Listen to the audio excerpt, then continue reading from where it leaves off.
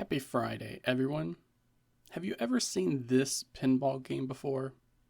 It was first added to Windows 95 as an add-on pack, and for many of us, it's been the only digital pinball game that we've ever enjoyed. And many of you will be happy to learn that this game was decompiled a few years back, and it has now been published in the Google Play Store for free. You'll notice this game has been published in the Play Store by a developer named Kyle, but most of the work getting this game to where it is at today was started thanks to a developer named K4ZMU2A.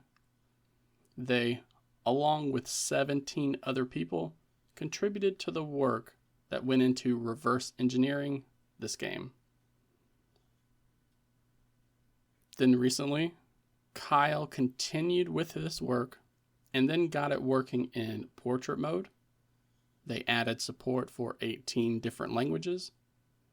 They removed the built-in cheats so the Google Play leaderboard implementation would be more fair. And they've made some additional changes like adding a music option, adding a full screen option, and a few other tweaks. But it's available for free to everyone. No ads, no in-app purchases. And I'll be sure to include this link to the Google Play Store app page in the video description below, as well as the pinned comment here, so that it's easy for everyone to find. So now we have a free, simple game from back in the day that many of us lost hours of our lives to when we were younger. The game is less than 5 megabytes in size, so getting it installed on your phone or tablet shouldn't be that difficult. And when I launch the game, you can hear that music just as you remembered. And it works just as you would expect. The developer mentions the action of tilting the pinball table will only work when using a gamepad, but when I connected an 8BitDo Bluetooth controller that I had to the phone, only 3 actions worked. The left flipper, the plunger to launch the ball, and then pausing the game. So there are going to be some compatibility issues for you to look at.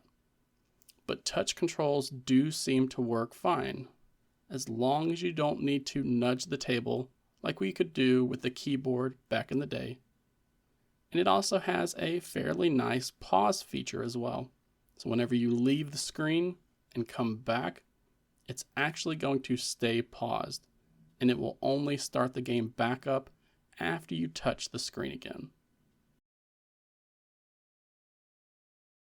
The game is definitely rough around the edges, especially when you consider all of the newer high-definition pinball games that are available on Android these days.